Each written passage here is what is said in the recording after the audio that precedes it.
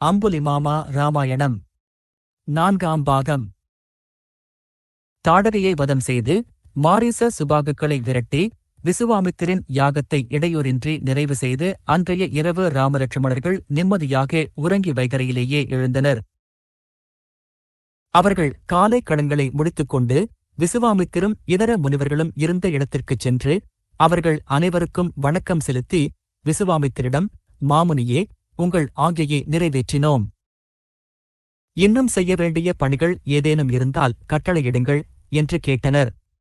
அப்போது முனிகள் ராமலட்சுமணர்களிடம் இவ்வாறு கூறினர்: மிதிலா நகரத்தை ஆளும் ஜனக மகாராஜா ஒரு பெரும் யாகத்தை நடத்தவிருக்கிறார். நாங்கள் அனைவரும் புறப்பட்டு அங்கு செல்கிறோம்.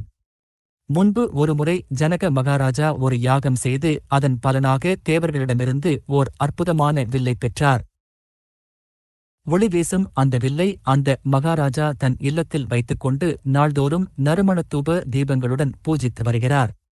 அந்த வில்லை தேவர்களோ அரக்கர்களோ கூட நான் ஏற்ற முடியாது எனும் போது மனிதர்களைப் பற்றிச் சொல்ல வேண்டுமா?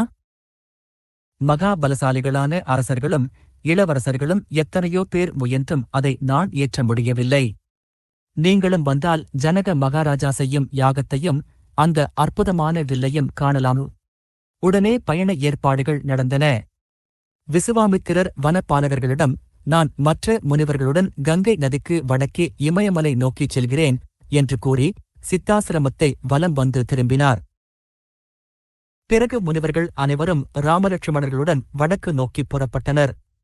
அவர்களுக்கு பின்னால் நூற்றுக்கணக்கான வண்டிகளில் சமித்துக்கள், தர்பைகள் முதலிய அக்னி சாதனங்கள் வந்தன. அவர்கள் பகல் முழுவதும் வெகுதூரம் நடந்து அந்திப் பொழுதில் சோனை நதிக்கரையை அடைனர்.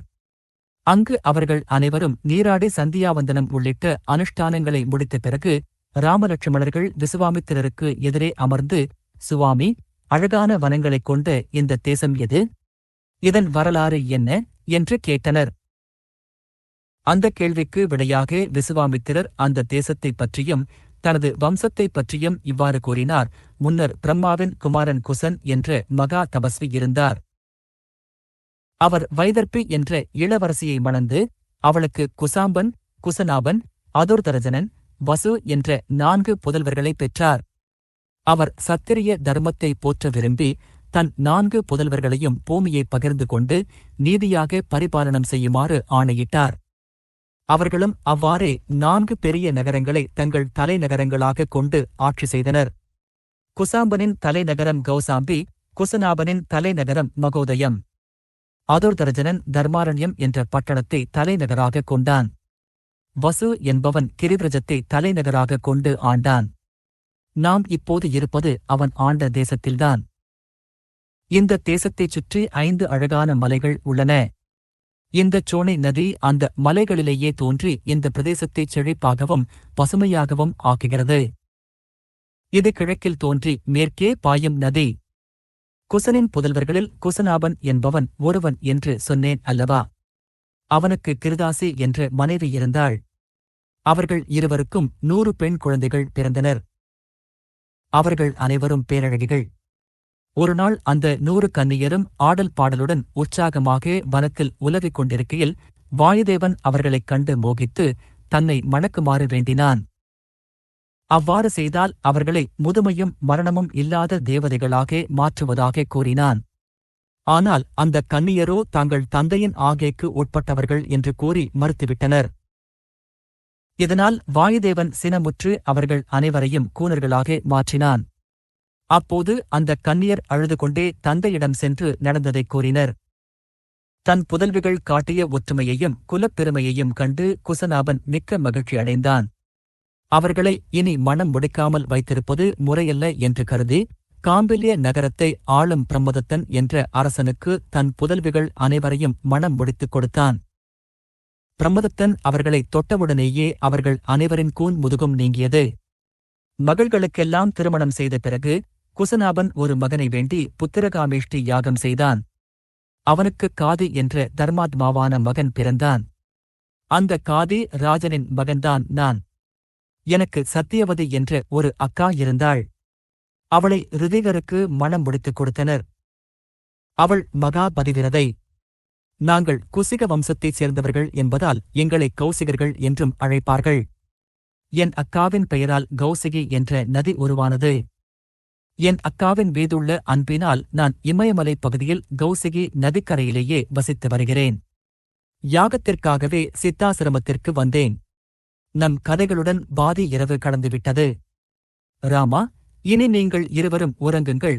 பயணக் களைப்பினால் ராமலட்சுமணர்கள் அன்று இரவு ஆழ்ந்து உறங்கி விடியற்காலையில் விசுவாமித்திரர் எழுப்பும் வரை எழவில்லை. பிறகு அவர்கள் காலை கடன்களை முடித்துக்கொண்டு சோனை நதியைத் துறையில் கடந்தனர். அது ஆழமான நதி அல்ல, மணல் திட்டுகளுடன் மிகவும் அழகாக இருந்தது. அவர்கள் அந்த நதியை கடந்து மீண்டும் பயணத்தைத் தொடர்ந்து மதிய வேளையில் கங்கை கரையை அடைந்தனர். புனிதமான கங்கையைக் கண்டதும் அனைவருக்கும் எல்லையற்ற மகிழ்ச்சி உண்டானது. அங்கு அவர்கள் நீராடி தேவர்களுக்கும் பிதிருக்களுக்கும் தர்ப்பணம் செய்து ஹோமம் வளர்த்து உணவருந்தி கங்கை கரையில் விசுவாமித்திரரைச் சுற்றி அமர்ந்தனர். அப்போது அந்த மகரிஷி அவர்கள் அனைவருக்கும் கங்கையின் வரலாற்றை இவ்வாறு கூறினார். இமவான் என்ற மலை அரசனுக்கு கங்கை, உமை என்று 2 புதல்விகள். அவர்களில் மூத்தவளான கங்கையை தேவர்கள் மலை அரசனிடம் வேண்டி பெற்று சொர்க்கத்திற்கு அழைத்துச் சென்றனர். உமையை சிவபெருமான் மணந்து கொண்டார். காலப்போக்கில் சகர சக்கரவர்த்தியின் கொள்ளு பேரனான பகீரதன் கங்கையை மிகுந்த சிரமத்துடன் சொர்க்கத்திலிருந்து பூமிக்குக் கொண்டு வந்து பூமியிலிருந்து பாதாளத்திற்கும் அழைத்துச் சென்றான். விசுவாமித்திரர் ராமலட்சுமணர்களுக்கு கங்காவதரண கதையையும் குமாரசுவாமியின் பிறப்பு வரலாற்றையும் விரிவாக கூறினார். அன்று இரவு அவர்கள் அனைவரும் கங்கையின் தென்கரையில் தங்கி மறுநாள் விடியற்காலையில் தர்பை ஆசனங்கள் விரிக்கப்பட்ட படகுகளில் வடகரைக்குச் சென்றனர். அங்கே அவர்களுக்கு விசாலா நகரம் தென்பட்டது. அந்த நகரத்தை நெடுநேரம் பார்த்த பிறகு ராமன் விசுவாமித்திரிடம், மாமுனியே, இந்த நகரத்தை ஆளும் அரசர்கள் எந்த வம்சத்தைச் சேர்ந்தவர்கள்? அவர்களின் கதை என்ன என்று கேட்டார். இந்த கேள்விக்கு விடையாக விசுவாமித்திரர், தேவர்களும் அசுரர்களும் பார்க்கடலை கடைந்ததும்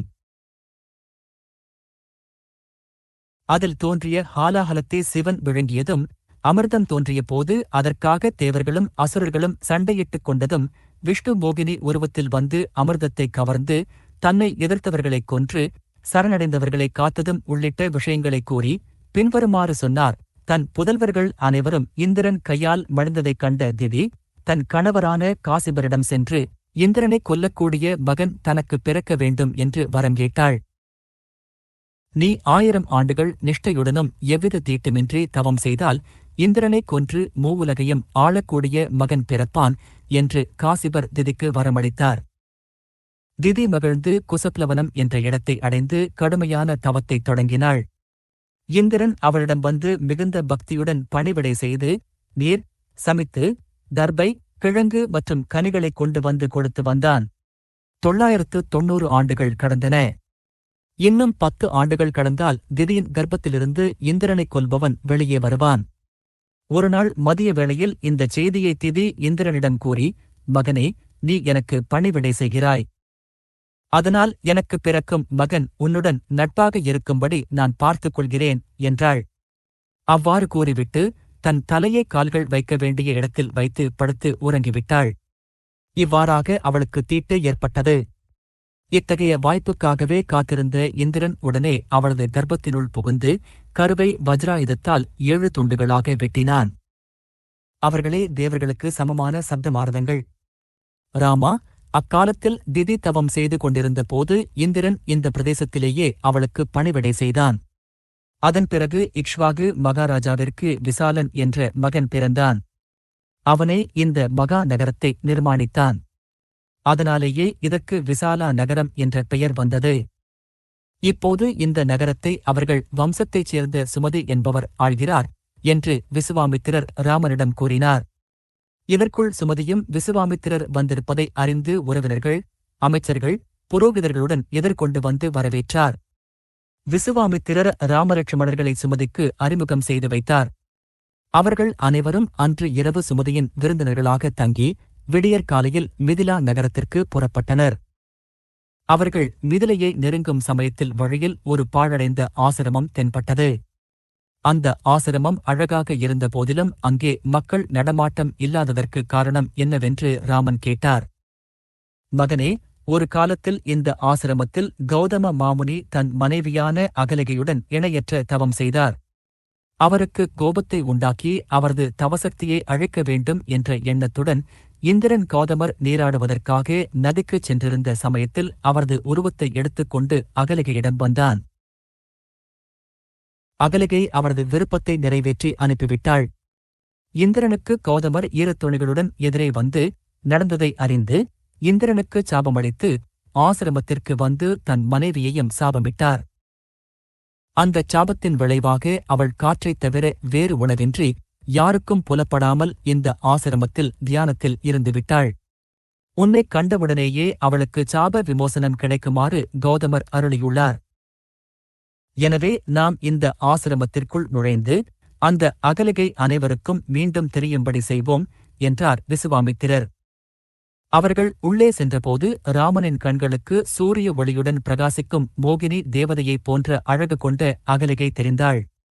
அவள் ராமனை பார்த்தவுடனேயே மற்றவர்களுக்கும் அவள் புலப்பட்டாள். ராமலட்சுமணர்கள் குனிந்து அவள் பாதங்களைத் தொட்டு வணங்கினர். தன் கணவர் சொன்ன வார்த்தைகளை நினைவுகூர்ந்து அகலிகை ராமலட்சுமணர்களுக்கு அர்க்கிய பாத்தியங்களைக் கொடுத்தாள். அதே நேரத்தில் கௌதமரும் திரும்பி வந்தார். விசுவாமித்திரர் அங்கிருந்து புறப்பட்டு ராமலட்சுமணர்களை அழைத்துக் கொண்டு மிதிலா நகரத்திற்குள் பிரவேசித்தார். அம்புலிமாமா ராமாயணம் 4ஆம் பாகம் முற்றுப் பெற்றது. தற்போதைக்கு ஸ்வஸ்தி.